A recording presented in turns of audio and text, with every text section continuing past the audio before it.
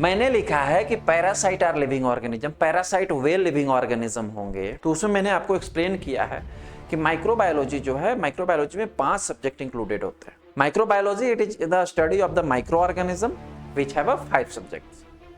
उन 5 सब्जेक्ट्स को हम लोग अलग अलग पढ़ते हैं। और पैरासाइटोलॉजी की लेक्चर हम लोग स्टार्ट करने जा रहे हैं। दैट मीन्स कि today is the introductory lecture of the parasitology, not satisfactory classification.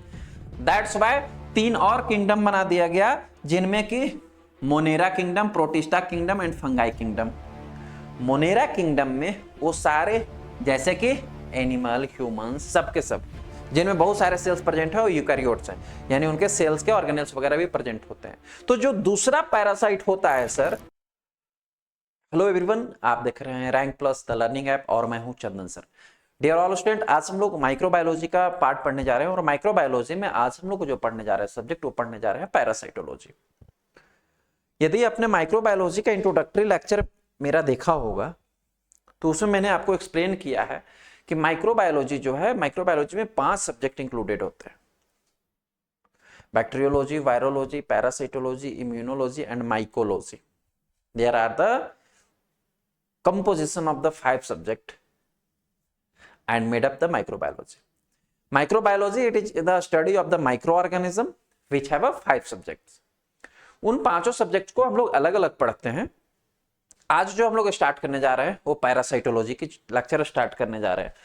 और पैरासाइटोलॉजी की लेक्चर हम लोग स्टार्ट करने जा रहे हैं। दैट मीन्स कि today is the introductory lecture of the parasitology.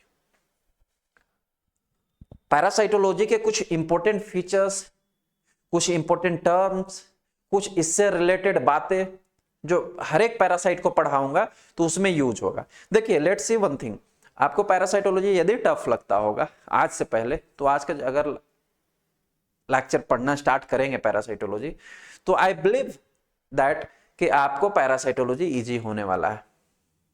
Parasitology मैं तो कहता हूं माइक्रोबायोलॉजी का सबसे इजीएस्ट सब्जेक्ट है। लेकिन इजी आपको क्यों नहीं लगता, उसके पीछे रीजन है, क्योंकि आपको इजी पढ़ाने वाला टीचर नहीं मिला। आज के बाद आप पैरासाइटोलॉजी बहुत कॉन्सेंट्रेट होकर सुनेंगे, बहुत कॉन्सेंट्रेट होकर देखेंगे लेक्चर और कॉन्सेंट्रेट होकर नोट्स बनाएंगे। सारी टिप्स, सारे जो छोटे छोटे फैक्ट्स है इजी लगने लगेंगे और याद भी होने लगेंगे। सबसे पहले स्टार्ट करते हैं पैरासाइटोलॉजी से। What is the parasitology sir? यहां पर एक वर्ड लिखा गया है, that is the parasitology. Logy सबसे तो हम लोग सब कोई जो है वाकिफ हो चुके हैं, LOGY। लॉजी का मतलब क्या होता है? अध्ययन, to study. Parasitology is a subject of the medical science which deals the study of the parasite, those parasite which create the disease and infection in the humans. Parasitology वो subject है medical science का जो कि humans के अंदर parasite जो infection create करते हैं, डिजीज क्रिएट करते हैं, वैसे पैरासाइट का अध्ययन करवाता है, स्टडी करवाता है। होप सो इतनी सी सिंपल सा बात है समझ में आया होगा। अब हमने इस बात को तो समझा कि पैरासाइटोलॉजी एक सब्जेक्ट है जो कि पैरासाइट की स्टडी करवाता है। किसकी स्टडी करवाता है सर? पैरासाइट की स्टडी करवाता है। और वैसे पैरासाइट जो specially create the infection and disease in the human, जो ह्यूमन के अंदर इन्फेक्शन या डिजीज क्रिएट करेंगे। But what is parasite? अब पैरासाइट क्या होगा सर? बड़े सिंपल भाषा में इसको भी समझने की कोशिश कीजिए। देखिए, कोई बहुत बड़ा तीर नहीं है, बहुत इजीली समझ में आ जाएगा। एक्चुअल में कोई भी, चाहे बैक्टीरिया हो, चाहे वायरस हो, पैरासाइट हो या फंगस हो, चारों के चारों माइक्रो ऑर्गेनिज्म है और सभी के सभी पैथोजेनिक इन्फेक्शन क्रिएट करते हैं ह्यूमन के अंदर। इसीलिए हम इनको माइक्रोबायोलॉजी में स्टडी करते हैं। माइक्रो मतलब स्मॉल, बायोलॉजी मतलब organism. What is parasite?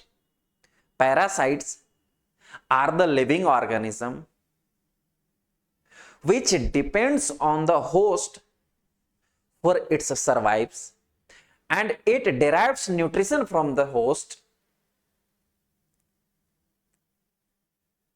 and it without giving any benefits of the host. मैंने जो डेफिनेशन बोला उसको जरा फिर से ध्यान से बारीकी से सुनिए, शायद समझ में नहीं आया हो इस लैंग्वेज से।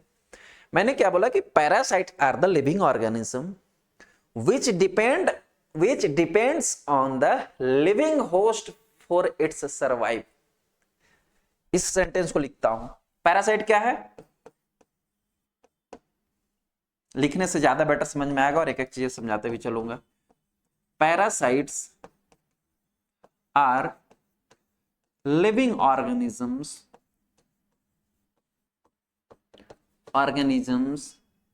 which depends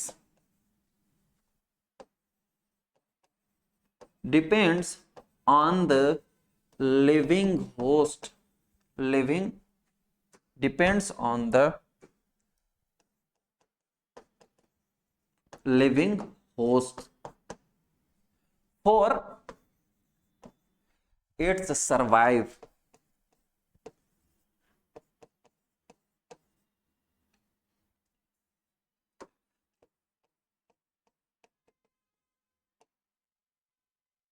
मैंने लिखा है कि parasite are living organism, parasite वे लिविंग ऑर्गेनिज्म होंगे जो कि किसी लिविंग होस्ट पे डिपेंड होंगे फॉर इट सर्वाइव, अपनी सर्वाइवलेंस के लिए, अपनी हार्वोस के लिए, अपना जीवन को बचाने के लिए या अपना जीवन को जीने के लिए। पैरासाइट वैसे ऑर्गेनिज्म होंगे जो कि किसी न किसी लिविंग होस्ट पे डिपेंड होंगे। यानी पैरासाइट बिना किसी लिविंग ऑर्गेनिज्म के सरवाइव नहीं कर सकता है। इनको अपना जीवन जीने के लिए लिविंग ऑर्गेनिज्म की जरूरत पड़ेगी और वो लिविंग ऑर्गेनिज्म को हम लोग बोलते हैं लिविंग होस्ट। लिविंग होस्ट क्या होता है अभी आगे और डिस्कशन करेंगे, इसकी और भी बड़ी डिस्कशन है। पैरासाइट वो लिविंग ऑर्गेनिज्म होंगे जो अपने जीवन को जीने के लिए एक और लिविंग पे डिपेंड होंगे और उनको हम लोग बोलेंगे लिविंग होस्ट। कोई नॉन लिविंग होस्ट पे डिपेंड नहीं होगा। जैसे यदि फंगस में पढ़ाऊंगा ना तो मैं बताऊंगा कि फंगस जो होता है डेब्रिस और डिकेइंग मटेरियल पे जीवित रहता है, सड़े गले पदार्थ जो नॉन लिविंग है उस पे जीवित रहता है। But parasite should always depends on the living host for it survive. वो अपने जीवन को जीने के लिए हमेशा लिविंग होस्ट पे डिपेंड रहता है। Without giving any benefits to the host, यानी कि ये होस्ट पे डिपेंड तो रहता है लेकिन होस्ट को कोई भी बेनिफिट नहीं देता है, जहां तक कि होस्ट को ये जो है नुकसान देता है। It creates the pathogenic infection. जैसे ह्यूमन में आ गया तो ह्यूमन में इन्फेक्शन ही क्रिएट करेगा ना। ह्यूमन में क्या करेगा, इन्फेक्शन ही क्रिएट करेगा, कोई बेनिफिट थोड़ी ही नहीं देगा। जैसे बैक्टीरिया की अगर यदि मैं नाम लूं तो बैक्टीरिया कुछ बेनिफिशियल भी होते हैं ह्यूमन के लिए, कुछ नुकसानदायक भी होते हैं। बट पैरासाइट का parasite doesn't provide any benefit. This is the simple definition of the parasite, आप याद रखना। अब इस बात को तो हम लोग जान लिए कि पैरासाइटोलॉजी में स्टडी करते हैं पैरासाइट की, पैरासाइट क्या होता है वो भी हमने जान लिया। अब इस बात को जानने से पहले आगे कुछ और बढ़े उसके पहले जो है आपको पैरासाइट की क्लासिफिकेशन को समझना होगा। अब पैरासाइट क्या है, बहुत बड़ा टॉपिक है, लॉट ऑफ पैरासाइट्स होते हैं। तो साइंटिस्टों ने क्या किया कि इसकी स्टडी इजी हो जाए इसलिए इसको क्लासिफाई कर दिया। तो पैरासाइट्स को जो है सर दो पार्ट में क्लासिफाई किया गया है। कितने पार्ट में क्लासिफाई किया गया है बॉस? पैरासाइट्स को दो पार्ट में बांटा गया है। फर्स्ट वन वाले पार्ट को बोलते हैं प्रोटोजोलॉजी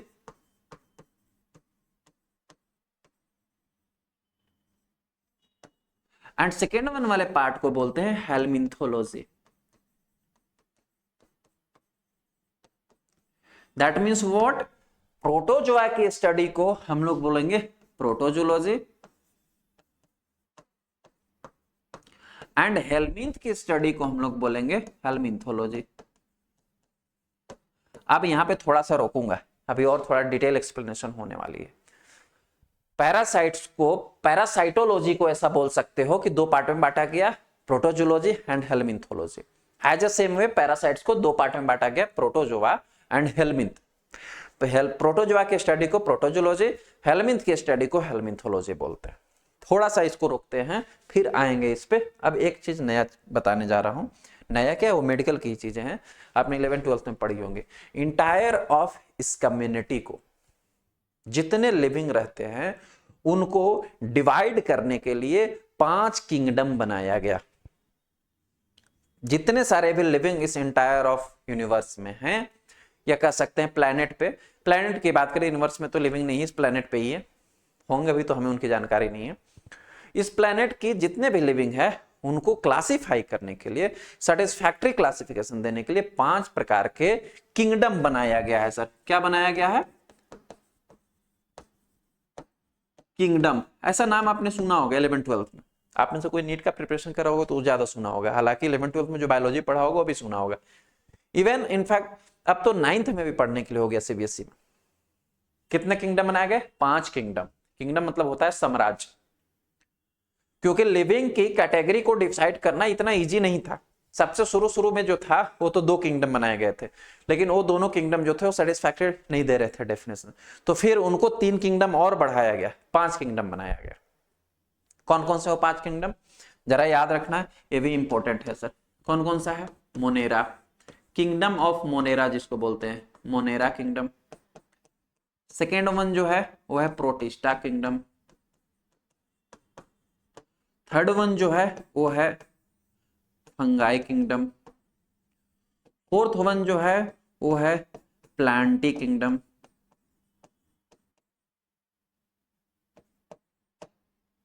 प्लांटी किंगडम।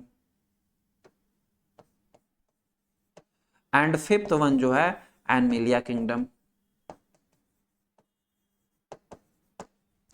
जब सबसे शुरू में जब जीवों का क्लासिफिकेशन किया जा रहा था तो मात्र ये 2 किंगडम ही थे हमारे पास अवेलेबल बायोलॉजी के according, Plantae kingdom and animal kingdom. Planting kingdom का मतलब है वो सारे सेलुलर ऑर्गेनिज्म जो कि प्लांट, जो कि क्लोरोप्लास्ट कंटेन करते हैं, जैसे कि प्लांट। प्लांटिंग किंगडम में सभी के सभी प्लांट को कैटेगराइज किया गया, जो भी प्लांट आएंगे जिनमें क्लोरोप्लास्ट प्रेजेंट होगा, और भी इनके डेफिनेशन और भी इनके पैरामीटर है, वो हम पैरामीटर डिटेल नहीं जा रहे हैं क्योंकि हमारा ये टॉपिक नहीं है, हमारा टॉपिक वो है, बस उसको समझाने के लिए इसको लाना बीच में जरूरी था। जो भी क्लोरोप्लास्ट कंटेन करते हैं जैसे कि प्लांट, वो सबके सब प्लांटिंग किंगडम में होते हैं। और जितने सारे भी मल्टी सेलुलर ऑर्गेनिज्म हैं, मतलब कि जिनमें मल्टी सेल्स मतलब लॉट ऑफ सेल्स प्रेजेंट हैं, और जो एनिमल हैं उनको जो है वो एनिमलिया किंगडम में रखा गया। दैट मीन्स कि मल्टी सेलुलर एनिमल्स। शुरू में यही 2 किंगडम था, लेकिन इस धरती पे जितने भी लिविंग हैं, जीव हैं, उन सबको जो है वो प्लांट किंगडम और एनिमल किंगडम में कैटेगराइज करना सेटिस्फैक्टरी नहीं था। क्यों नहीं था? जैसे कि कुछ जीव जो है यूनिसेलुलर है, कुछ लिविंग जो है मल्टी सेलुलर है, कुछ जो है प्रोकैरियोटिक है, कुछ जो है यूकैरियोटिक है। प्रोकैरियोटिक यूकैरियोटिक भी एक क्लास पढ़ाऊंगा, फिलहाल जान लो प्रोकैरियोटिक वो ऑर्गेनिज्म होते हैं जो यूनिसेलुलर होते हैं, जिनमें सेल वॉल और अनदर सेल ऑर्गेनेल्स जैसे कि न्यूक्लियस हो गया, साइटोप्लाज्म, न्यूक्लियस हो गया, माइटोकॉन्ड्रिया हो गया, ये सब की अभाव होती है, ये सब एब्सेंट होता है, उसको प्रोकैरियोटिक ऑर्गेनिज्म बोलते हैं। Eukaryotic organism usually multi cellular organism होते हैं। देखना अभी बता रहा हूं, उसको ध्यान से सुन लो क्योंकि बाद में फिर कंफ्यूज होने वाले हो, थोड़ा सा जो है डेफिनेशन चेंज होने वाला है। यहां 2 बात मैंने बोला, लिख देता हूं ज्यादा क्लियर रहोगे। क्योंकि बायोलॉजी थोड़ा थोड़ा टफ होता है, लेकिन इतना टफ भी नहीं होता, समझ जाओगे तो याद हो जाएगा। Prokaryotic and eukaryotic organism, 2 organism है। प्रोकैरियोटिक ऑर्गेनिज्म मैंने क्या बोला? यूनिसेलुलर। मैंने क्या बोला सर? यूनिसेलुलर मतलब कि सिंगल सेल ऑर्गेनिज्म होगा, जिसमें एक सेल होगा, और उस सिंगल सेल में भी ध्यान से सुनो, सिंगल सेल में भी lack of cell wall, lack of cytoplasm, lack of another cells organelles जैसे कि माइटोकॉन्ड्रिया, गोल्गी अपैरेटस, लाइसोसोम, ये सब के सब अभाव होंगे, प्रेजेंट नहीं होगा। जबकि यूकैरियोटिक ऑर्गेनिज्म जो होंगे, those all are the multi cellular. क्या होंगे sir? Those all are the multi cellular organisms होंगे, यानी जिनमें जो एक से ज्यादा सेल से मिलकर बना हुआ होगा, और इनके जो सेल्स होंगे उनमें सभी प्रकार के ऑर्गेनेल्स भी प्रेजेंट होगा। इतनी तो बात समझ में आ गई। यूनिसेलुलर मतलब सिंगल, मल्टीसेलुलर मतलब बहुत से सेल से मिलके। अब थोड़ा सा चेंज होगा थोड़ी देर में, इसको बस समझ लो। अब क्योंकि इंटायर ऑफ हमारे प्लेनेट पे कुछ प्रोकैरियोटिक थे, कुछ यूकैरियोटिक थे, कुछ यूनिसेलुलर थे, कुछ मल्टीसेलुलर थे, तो उन सबको प्लांट और एनिमल में ही नहीं रखा जा सकता था। That was not satisfactory classification. That's why 3 और किंगडम बना दिया गया, जिनमें कि Monera kingdom, protista kingdom and fungi kingdom. Monera kingdom में वो सारे यूनिसेलुलर प्रोकैरियोटिक ऑर्गेनिज्म रखे गए, जैसे कि बैक्टीरिया, जैसे कि बैक्टीरिया। मोनेरा किंगडम में किसको क्लासिफाई किया गया सर? बैक्टीरिया को। मैंने अभी जस्ट बोला था क्या? यूनिसेलुलर प्रोकैरियोटिक, प्रोकैरियोटिक यूनिसेलुलर, जो कि सिंगल सेल का होगा और प्रोकैरियोटिक ऑर्गेनिज्म होगा, जो कि जैसे कि बैक्टीरिया है। Bacteria is an example of prokaryotic, Monera kingdom. Second one आया प्रोटिस्टा किंगडम। अभी देखो चेंज होने वाला है। क्या चेंज होने वाला है? प्रोटिस्टा किंगडम में वो सारे ऑर्गेनिज्म रखे गए जो कि मरीन वाटर में प्रेजेंट हुआ करते थे, समुद्र के पानी में। जैसे कि एग्जांपल में याद रखो एलगी। क्या सर? एलगी। जैसे कि एलगी जो है वो प्रोटिस्टा किंगडम का। लेकिन इसमें एक और स्पेसिफिक रखा गया जो फीचर्स में, वो रखा गया that is unicellular eukaryotic organism. Confuse होने वाला है यहां बात सर। क्या रखा गया? देखो यहां पर ध्यान से, यूनिसेलुलर यूकैरियोटिक, यूकैरियोटिक। आप बोलोगे अभी जस्ट से दिमाग में धड़ से कनेक्ट क्लिक हुआ होगा, यूनिसेलुलर तो प्रोकैरियोटिक होता है सर, यूकैरियोटिक तो मल्टीसेलुलर होता है। बस इसी के लिए तो इसको बनाया गया था, क्योंकि कुछ ऐसे भी ऑर्गेनिज्म थे जो तो यूनिसेलुलर, लेकिन वो यूकैरियोटिक नेचर के थे, मतलब उनके सेल्स के अंदर ऑर्गेनेल्स या अनदर फीचर्स प्रेजेंट था। जैसे कि प्रोटोजोआ, जैसे कि प्रोटोजोआ। पैरासाइट का जो फर्स्ट पार्ट है protozoa, it is a part of the Protista kingdom. Clear हुआ? Protozoa is a part of the Protista kingdom. Sir ji सवाल पूछ देगा, इसलिए मुझे समझाने के लिए इतना घुमाना पड़ता है, याद रखना है, पूछ देगा, इससे सवाल पूछा जाता है। क्लियर हुआ आपको? Protozoa is a unicellular eukaryotic organism. याद रखना, protozoa is a unicellular eukaryotic organism. ये यूनिसेलुलर है बट प्रोकैरियोटिक नहीं है, इसीलिए इसको बांटने के लिए जो है हमें लाना पड़ा कहां? प्रोटिस्टा में। अगर यूनिसेलुलर प्रोकैरियोटिक होता तब तो मोनेरा किंगडम में आ ही जाता, नहीं ना आया उसमें। क्लियर? नेक्स्ट वन आता है फंगाई। फंगाई में जो है ऑल और जितने टाइप्स के भी फंगस जो थे सबको जो है वो फंगाई किंगडम में रखा गया। अब दूसरी पार्ट, प्लांट किंगडम तो आपने जान लिया था, इसमें जो क्लोरोप्लास्ट प्रेजेंट होंगे हरी पत्ती वाले सबके सब प्लांट होंगे। इसमें हमने क्या बोला था भाई एनिमल वाले में कि in this category all are the present of the multi cellular,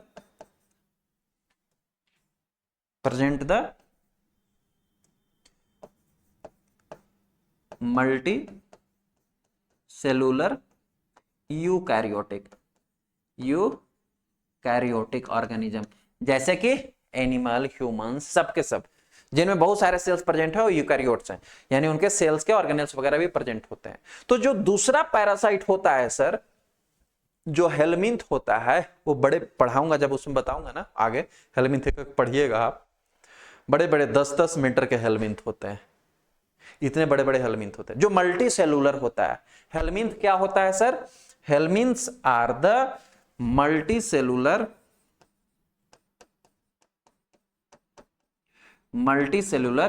eukaryotes. दोनों जो है सर यूकैरियोटिक ऑर्गेनिज्म ही है, a unicellular, a multicellular eukaryotes. That's why चूंकि ये मल्टीसेलुलर यूकैरियोट्स है, इसलिए जो है multicellular eukaryotes are categorised in the Animalia kingdom, so that helminths are the categorised in the Animalia kingdom. Clear हुआ इतनी सी बात? अब कभी भी कोई पूछेगा कि प्रोटोजोआ किस किंगडम का है, तो प्रोटिस्टा का, और हेल्मिंथ किस किंगडम का है, तो एनिमलिया। होप सो इतनी सी बात आपको क्लियर हुई होगी, किंगडम भी समझ में आ गया होगा। अब हम वापस आते हैं अपने क्लासिफिकेशन पे। फर्दर जो था इस प्रोटोजोआ में भी यूनिसेलुलर, प्रोकैरियोट तो हम यूकैरियोट तो हम लोग कह दिए, लेकिन इस प्रोटोजोआ में भी लॉट ऑफ प्रोटोजोआ थे। तो सभी प्रोटोजोआ के उनके कैरेक्टर के बिहाफ पे और बांटा गया, क्योंकि इनकी स्टडी करना इतना इजी नहीं हो रहा था, पॉसिबिलिटी नहीं बन रही थी। तो दैट्स व्हाई इनको फर्दर और भी क्लासिफाई किया गया 4 भाग में। कितने भाग में क्लासिफाई किया गया सर? 4 पार्ट में। कौन कौन सा? Amoeba, flagellates, sporozoa and ciliates. कितने भाग में बांटा गया प्रोटोजोआ को? 4 भाग में। Amoeba, flagellates, sporozoa and ciliates. Whereas helminth को भी स्टडी करना इजी नहीं था, तो हेल्मिंथ को भी आगे जो है फर्दर बांटा गया। कितने टाइप में बांटा गया सर? हेल्मिंथ को 3 भाग में बांटा गया। कौन कौन सा sir? Nematodes, trematodes and cestodes. कितने भाग में बांटा गया? 3 भाग में। इसको 4, अमीबा, फ्लैजेलेट्स, स्पोरोजोआ एंड सिलिएट्स। इसको 3, नेमाटोड्स, ट्रेमाटोड्स एंड केस्टोड्स। याद रहेगा इतना? इजिली याद होना चाहिए। अब आपको क्या करना है, इन सब के कम से कम 1-1, 2-2 एग्जांपल याद रखोगे तो और अच्छा है, क्योंकि हम इन्हीं को फर्दर पूरी पैरासाइटोलॉजी में पढ़ेंगे, और 8वां कोई नहीं पढ़ने जा रहे हैं, इन्हीं 7 को हम लोग पढ़ने जा रहे हैं। Amoeba, flagellates, sporozoa, ciliates and nematodes, trematodes and cestodes, इन्हीं 7 को पढ़ेंगे। पहले हम लोग इस प्रोटोजोआ को फिनिश करेंगे चारों, फिर हम लोग हेल्मिंथ को स्टार्ट करेंगे पढ़ने के लिए। अब मैंने बोला कि प्रोटोजोआ को जो है सर वो 4 भाग में बांटा गया। कौन कौन सा sir? Amoeba, flagellates, sporozoa as well as ciliates. Amoeba के एग्जांपल आप याद रखना, इंटरमीबा हिस्टोलाइटिका या इंटरमीबा गिनगिविलिस या आप नेग्लेरिया। ये 3 एग्जांपल जरूर याद रखना, इंटरमीबा हिस्टोलाइटिका और नेग्लेरिया, ये तो ये याद रहेंगे। नेग्लेरिया फॉलेरी इसका पूरा नाम होता है। अब इंटरमीबा हिस्टोलाइटिका एंड नेग्लेरिया फॉलेरी को हम लोग पढ़ेंगे डिटेल में आगे, एक करके। दूसरा आता है सर फ्लैजेलेट्स। फ्लैजेलेट्स का एग्जांपल भी आप याद रखना, Giardia lamblia, Trichomonas vaginalis and Leishmania saprophyticus या लिस्मेनिया डोनोवाइनी, आप ऐसा याद रख सकते हो। तीनों एग्जांपल याद रखो, ट्राइकोमोनास, जियाडा लैम्बलिया एंड लिस्मेनिया।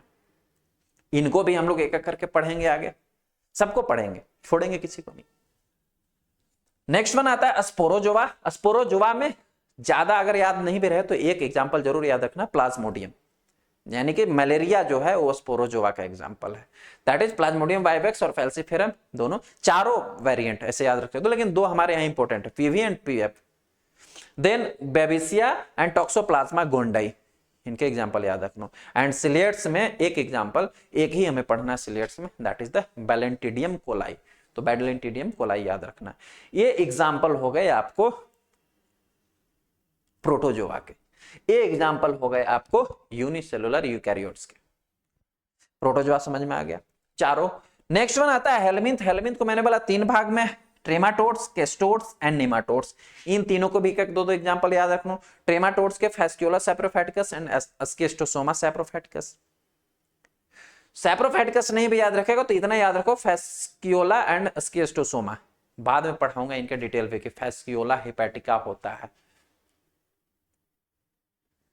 है ना। तो इन सबके भी हम लोग डिटेल पढ़ेंगे। देन आता है केस्टोड्स। केस्टोड्स में Taenia saprophyticus, Taenia saginata, Taenia solium as well as Echinococcus ग्रैनुलोसिस।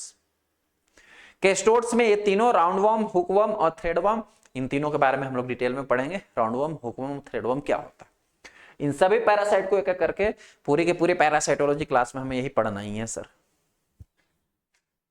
Hope so इतनी सी बात आपको समझ में आ गई होगी, और यही क्लासिफिकेशन जो है हमें इंटायर ऑफ पैरासाइटोलॉजी में पढ़ना है। थोड़ा मैं पानी पी लेता हूं।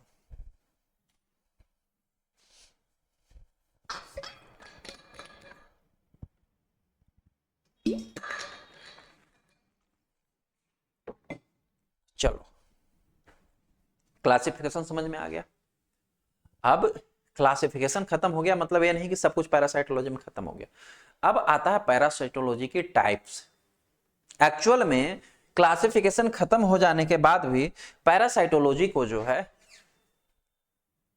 यस टाइप्स, पैरासाइटोलॉजी को जो है, पैरासाइटोलॉजी को जो है उसके कैरेक्टर, उसके लिविंग एंड उसके जीने के तरीके, यानी प्रॉपर्टीज ऑफ लिविंग के बिहाफ पे या प्रॉपर्टीज ऑफ इन्फेक्शन के बिहाफ पे जो है पैरासाइट को बांटा गया, और उसको हम लोग बोलते हैं टाइप्स ऑफ पैरासाइट। इससे भी क्वेश्चन पूछे जाते हैं। एक्चुअल इसके बिहाफ पे पैरासाइट को 6 टाइप में बांटा गया।